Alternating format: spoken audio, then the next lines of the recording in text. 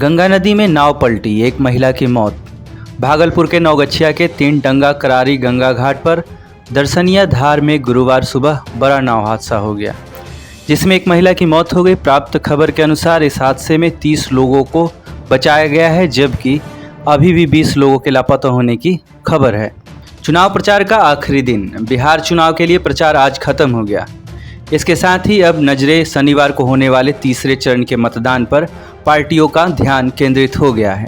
PM Modi ने भी सहरसा में अपनी अंतिम सभा के बाद बिहार की जनता को धन्यवाद दिया। 10 को सभी युवराजों की विदाई तय।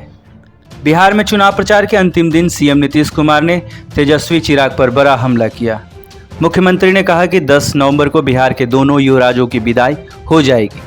बिहार की जनता ने ठान लिया है कि ऐसे लोगों को मौका नहीं देगी जो परिवारवाद को आगे बढ़ाते हैं। घुसपैठियों के मुद्दे पर आमने सामने। घुसपैठियों के मुद्दे पर भाजपा जदयू के बीच मतभेद खुलकर सामने आ गए हैं। अल्पसंख्यक बहुल किशनगंज में एक चुनावी सभा को संबोधित करते हुए सीएम ने कहा, उन्हें कोई बाहर नहीं निकाल सकता है।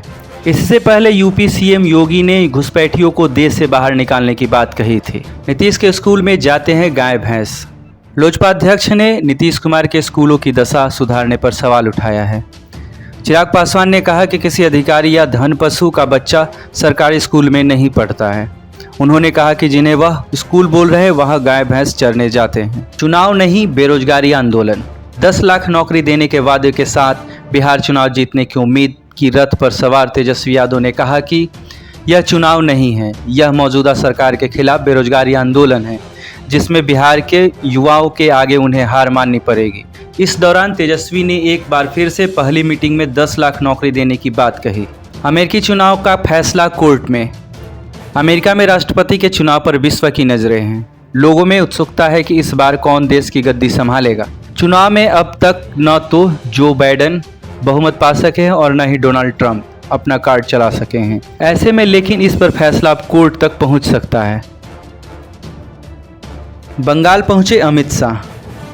पश्चिम बंगाल में अगले विधानसभा चुनाव होने हैं। ऐसे में भाजपा ने अभी से ही अपना पूरा ध्यान बंगाल पर लगा दिया है। गृह मंत्री अमित शाह खुद बंगाल को लेकर सक्रिय नजर आ रहे हैं। बुधवार को कोलकाता पहुंचे, जहां उन्होंने पार्टी नेताओं के कार्यकर्ताओं के परिवार से भी मुलाकात की। मंदिर में तोड़फोड़ पर फूटा लोगों का गुस्सा। रांची के अपर बाजार के रंगरेज गली में स्थित एक धार्मिक स्थल में बुधवार की रात अज्ञात बदमाशों ने तोड़फोड़ कर दी, जिसको लेकर गुरुवार की सुबह लोगों की भीड़ वहां लग गई और लोगों ने आक्रोशित हो गए।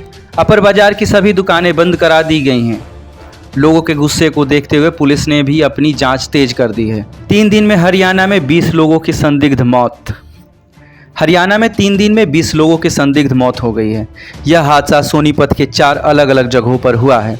मामले में पुलिस का कहना है कि नकली शराब पीने के कारण यह घटनाएं हुई है। फिलहाल पूरे मामले की जांच की जा रही है। सभी मृतकों का अंतिम संस्कार करा दिया गया है। दिवाली पर प्राइवेट कंपनियों को फायदा। कोरोना महामारी के बाद प्राइवेट कंपनियां फिर से निवेश के लिए तैयार हैं। इसी बीच देश की 87% कंपनियों ने अपने कर्मियों के वेतन में बढ़ोतरी के संकेत दिए हैं। बता दें कि पिछले कुछ दिनों से देश की आर्थिक स्थिति में लगातार सुधार देखा जा रहा है। फिर बढ़े कोरोना के मरीज। पिछले 2 सप्ताह से देश में कोरोना के मामले में लगातार कमी आ रही थी और संक्रमितों की संख्या 50,000 से कम रही थी। लेकिन गुरुवार को एक बार फिर से कोरोना मरीजों की संख्या बढ़ने लगी है। गुरुवार को देश में 50,000 से अधिक कोरोना के मामले सामने आए हैं। आश्रम पर लगे ताला, करणी सेना ने भेजा नोटिस। प्रकाश झा की वेब सीरीज आश्रम द डार्क साइड विवादों से घिर गया है। 11 नवंबर को सीरीज के दूसरे भाग के रिलीज पर रोक लगाने के लिए करणी सेना ने निर्माताओं को नोटिस भेजा है। नोटिस में आश्रम की गलत छवि प्रस्तुत करने का आरोप लगाया है।